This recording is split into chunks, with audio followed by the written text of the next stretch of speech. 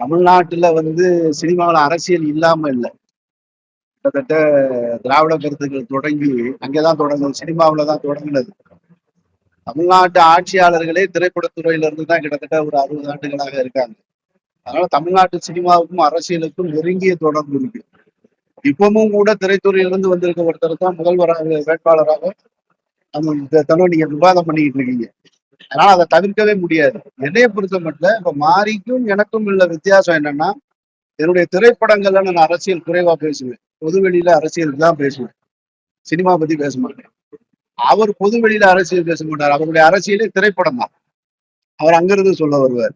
இப்ப அதனால எனக்கு அவருடைய படமே அரசியல் போது அந்த அரசியல் படத்துல இருக்கிறது ஆட்டோமேட்டிக்கா எனக்கு அது கனெக்ட் ஆயிடுது. வெற்றிமாறன் போன்றவர்கள் இவரெல்லாம் திரைப்படங்கள்ல தான் அரசியல் பேசுறாங்க. அப்ப நிச்சயமா அரசியல் சார்ந்த மக்களோடு நெருங்குற ஒரு கேரக்டர் இருந்தா தான் நான் உள்ளே இன்வால்வ் ஆகணும்.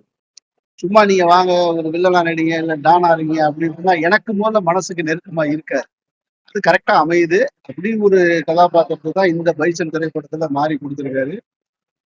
இன்னைக்கு தமிழகம் முழுவதும் அந்த கதாபாத்திரத்துக்கான அந்த நிஜ வாழ்ந்த ஒரு கதாபாத்திரத்தை அடையாளப்படுத்தி எடுத்திருக்கக்கூடிய அதுக்கு கிடைக்கிற வரவேற்பு என்பது அவருடைய கனவு.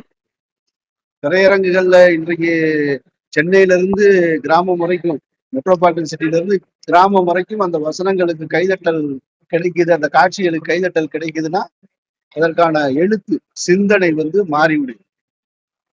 நான் ஒரு டூல் தான் எப்பவுமே சொல்லுவேன். ஒரு கருத்தியலாளனுக்கு ஒரு நடிகன் டூல் தான். ஒரு போர் வீரனுக்கு நடிகன் ஒரு வாள் தான். இது என்னுடைய கருத்து.